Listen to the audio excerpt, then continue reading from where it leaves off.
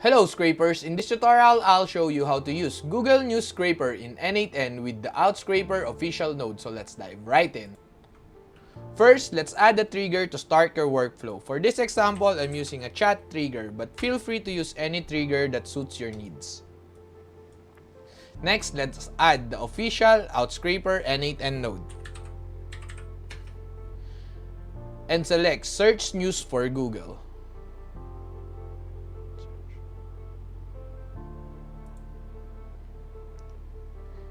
This will use the Google News Scraper to search for news articles based on your query. Now, let's test it out if it's working. Let's search for AI Tools Update. It seems that our workflow is working.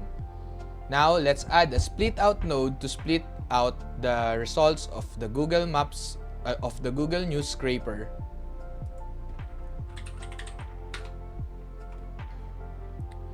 Let's drag this data to the split out and select other fields. Next, let's add the query, but it needs to be an expression. So, query, title, body, and the source link. So, let's execute this to make sure that we get the right data. Yes, we got the right data. As you can see, it only resulted in one item, but we need all the individual items of the result. So we need to add another split out node to split out the results individually. So let's drag and drop this data and let's execute the task. As you can see, it got 10 items.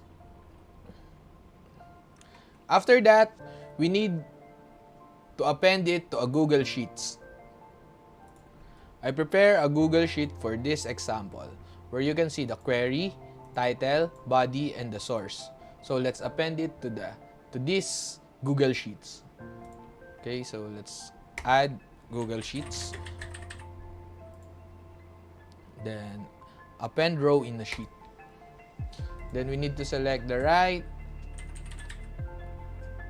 file. So Google News Scraper and the sheet number 1. Then let's add it manually. First the query, next the title, the body, and the source link. Then execute this one. Once it's executed, it should be appended on the Google Sheets. There. And that's it. You have a Google News articles automatically added in Google Sheets.